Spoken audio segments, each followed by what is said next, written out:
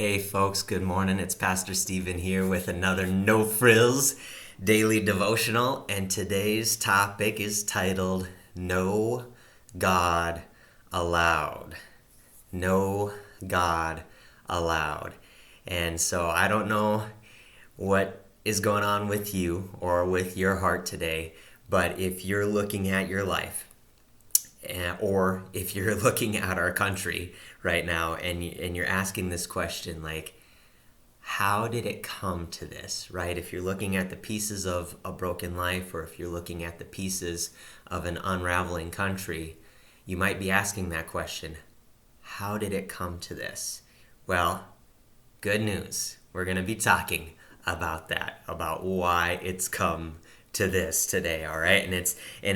It has a lot to do with it being, yes, a sin issue, and yes, a self issue, and yes, a control issue. But let me take you to the text today, all right? And so I'm reading it in Isaiah chapter 65.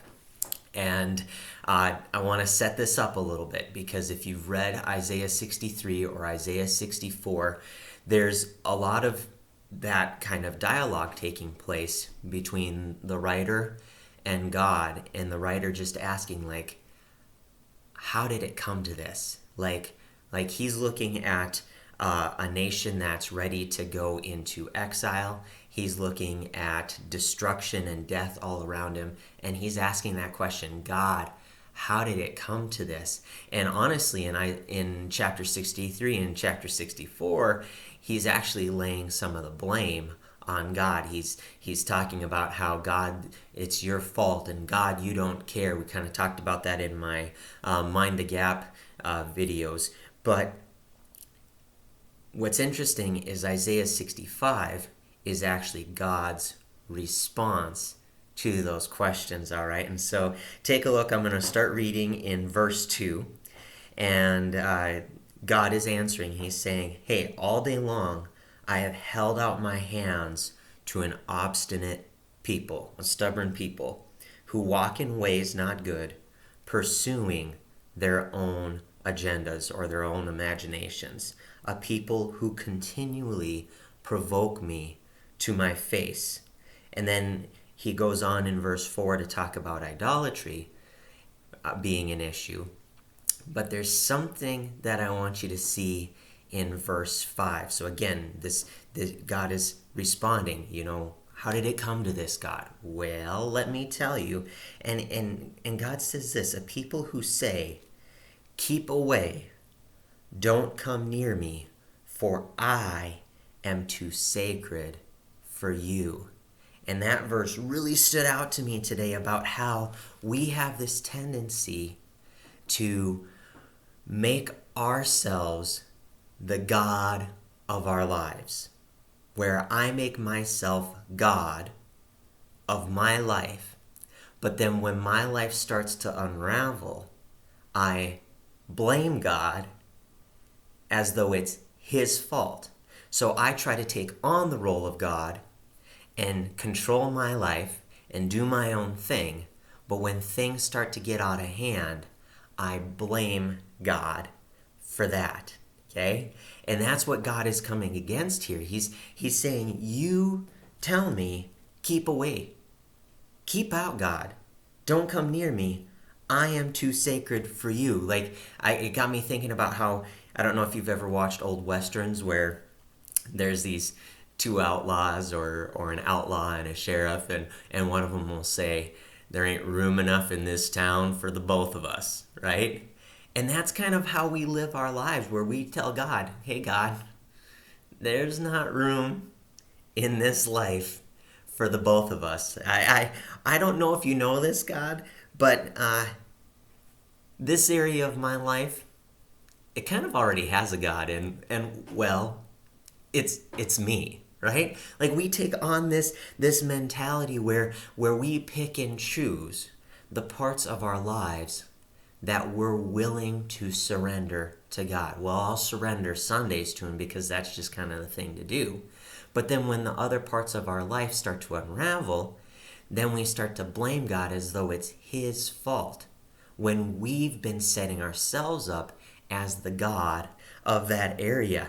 And it's this constant battle between our spirit and our flesh, where our flesh wants to control our life.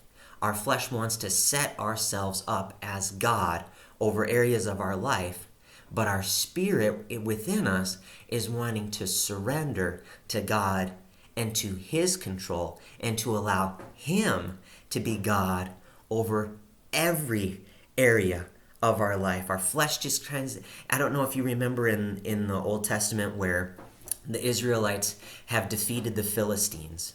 But then you'll keep reading on how the Philistines keep coming back and attacking and taking over little towns, and then taking over little towns, and then finally the army comes in and chases them all away.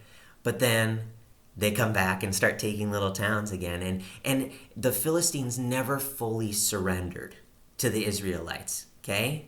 And so the Israelites had to keep chasing them off. And a lot of times our flesh is going to keep taking over parts of our lives because I haven't fully surrendered that area of my life to Him. And I had this thought. I'm going to ask it as a question, though. Will God bless something that He doesn't have authority over? Okay? Will God bless something He doesn't have authority over? Because we'll sing songs like God Bless America, or we'll ask God to bless our lives, or bless our families, or bless our homes, or bless our jobs. Okay?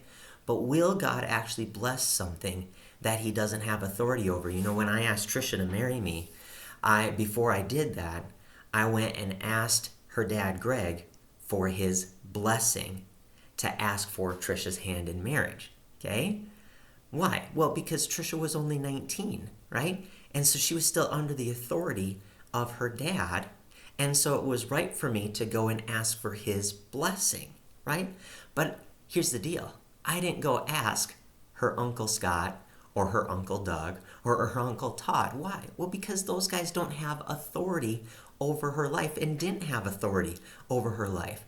I went to the one who had authority. And so I would argue that God is only going to bless what He has authority over. So, that being said, any area of my life that I'm not serving God in is an area that He doesn't have authority over, and therefore He can't bless it. And so if you're looking at your life right now, today, and you're wondering, how did it come to this?